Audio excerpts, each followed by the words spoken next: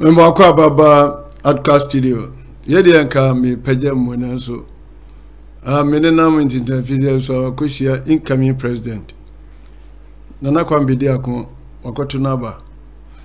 Enne nanka mpese said ye omutwa ne de nanka me sumi twa me de beto but enne me nkwala no obi adan na ni ahwebe bi nti. Ena me kono so na minim se samre no ye mra nipa awata so nti no meduru ho no se de mekana no pa no nipa ba ko pe na edi manim yenhwe new force for monhwe incoming president wakoto na ba efe buza se na kwa mbidi ako aba na wakoto ero obeto ama hwan okay mayanko ni enko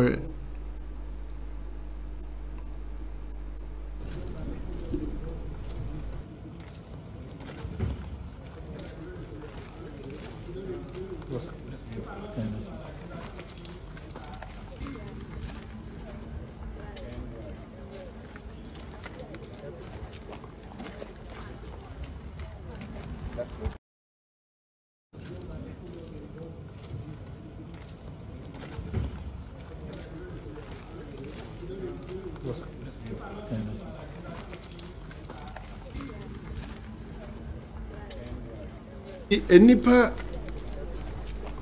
tefa ye hod meni ebeboba na fe ebeboba bo namba bi ebetu nipa kuma ayejo won okoto ne de se de menso mekoto me de no ede nyankopon ase na weyi achi no na odi nkomo bi ewo nipa nanka wose ma o munkrata ma o mukogina ehwe abato no yasremo mama prepare yo nyadwuma wo man we mu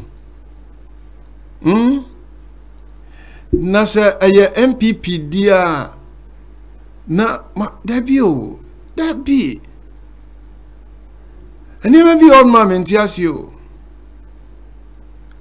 se nipa omo ekohwe abatros no a omo ye new force for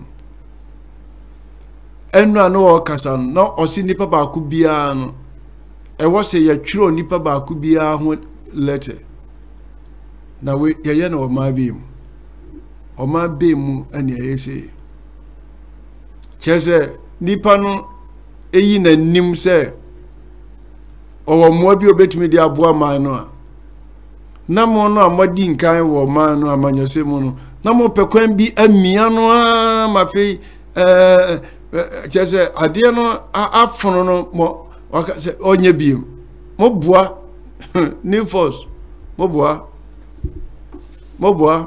montimi stop o montimi chese ene monye madwen yi se mo de niema efa ekwem na muntie empanimfo amowo ma we mo muntie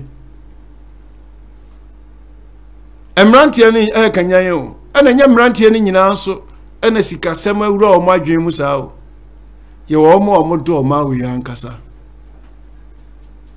na mo anhwe yie na nipa bi sori na odo ma we a munu a mo fa kwambone so no mo ba fi o mo ba fi na kwambedi akon akoto ye hwe se anamo otu ye no ene opepa wanya se Ghana emfa de ntoma pa enfran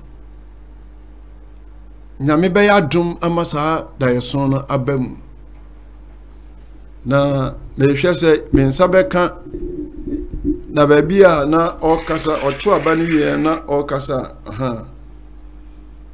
na yemfa no nka ho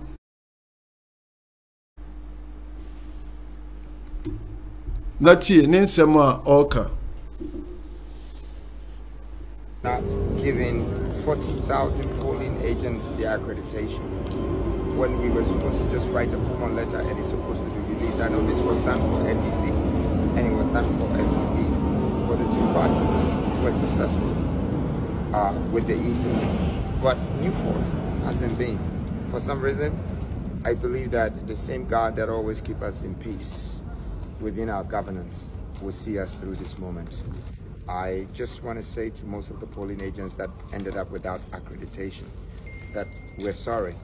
It's not that we didn't want them to be the polling agents, but it's just that they didn't release the accreditations for them. And they personally gave it to them and made them fill a different form.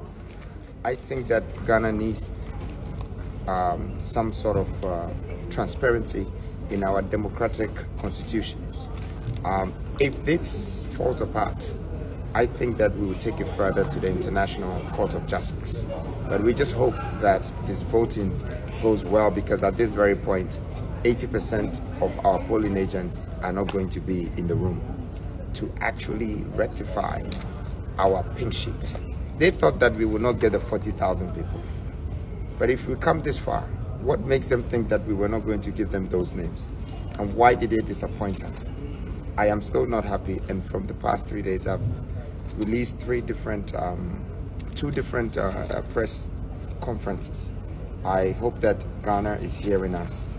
As we speak, there's so many people who couldn't get food, but they still went to represent us as polling agents. We didn't know that they are our polling agents, but they didn't give us the chance to even accredit them or give them the accreditation so we could go through the process as they make it look like.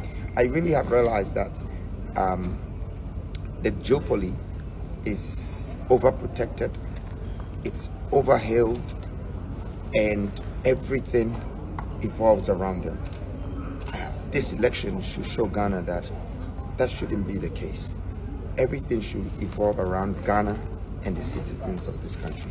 It should not evolve around parties. So I'm using this moment to remind the likes of EC, the Parliament, and some of these governmental institutions that let's stop making this whole thing about parties, and let's start making our national governance about our country and our nation. Thank you. What has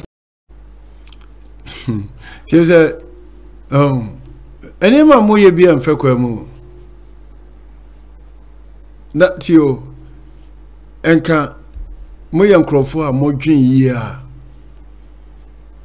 Anka Obia or no ya Branty Bia saying yin and nim, sir, or Babayo Mampenio.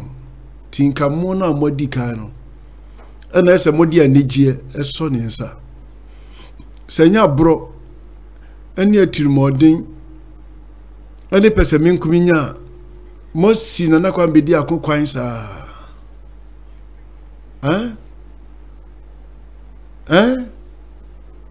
Monso mrebiana obitia kunyane so seyana na mo kan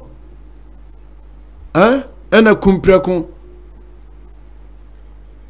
monso mba betena so a chese mo yania ebinsida enipa na omokohwe omo a ekoto abaso no krata keka mode ma won say 40,000 as I say. And also, I say, Antaqua Obi a magina to say, what to me, Gina Sir Franca Tunino. Na said, I was a modern man also, as I Antaqua. A dear some cranny. Market Commonwealth, you want him for a mime, you want so for a mime, you want police for a mime, you want soldier for a mime. The not going to be there, air can we know. Won't say, Obi Ababontin ever condemn, say, some ye we are one ye. And Yamia Samia no quarrel. And Oka was here, chapter 4, verse 4, or see. A more being ham. Na mo bi nka nimu na me man te se wona woni asofo eham o man ba bi abedro no ase obi amfa hwe ho ti bone na ekoso a enkoso sa MPP enka mu jadi mpa bi so ka mu jadi mpa bi nanka enchirima na asua anka beboa pa na ne amoye no yi de ya mo megina abonten na mo kasa se no kwa ni nyina no mo nsem ne wo it is possible wey mo amu nim ne amayo me wi abekire ma brantie bi a ye de Bawumia atintim nanimu mo ye we ya tio mo pesa tumi we ya ade nko anti nti Bawumia wa nya president abewu ana ma yanto aba no o se 8 years no why de efe kwam jai ne yanto aba no nokware mu me ka kire mo se yato aba nokware mu a na nka mbehu na wo mo yatumi achi wo mo ni o na wo mo ayanchi wo mo no so na se bibi koso se di a that means ye won krofo bi a o ma ehye ba bi o mo ye niema bi a ye hu the na me kan se nka we akora na ya chi no na brand ya chi no na nka ya so ni nsa ne ya trezi ba bi ade ni free ba elsewhere ye be ne katatumwe mu aso because soja ni anapolisi ni awachi no eno ase ya fa for afre be hu your office eno anu ewu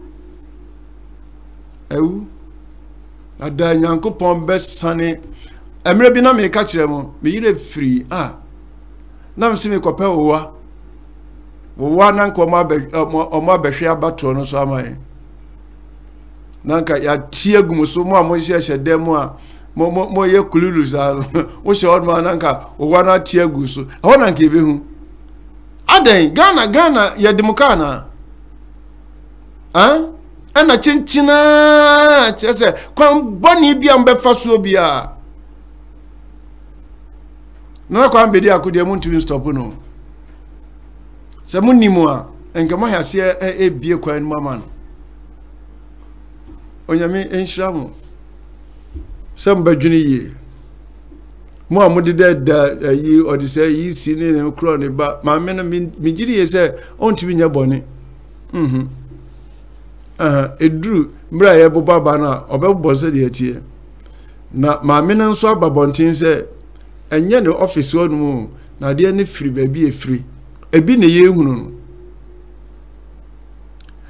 na na kwa mbedi akon womo amogitum musembe kwa kwhwe a ebia bibi ntini ya mama nuade adie no de krokom de enkum nipa de krokom enkum nipa mumie mani wate ene ma to yi na Ghana nya ne ntuma fafira mo nso ebeboa mo ankasa yedemasi mo enhwe ne tie bye bye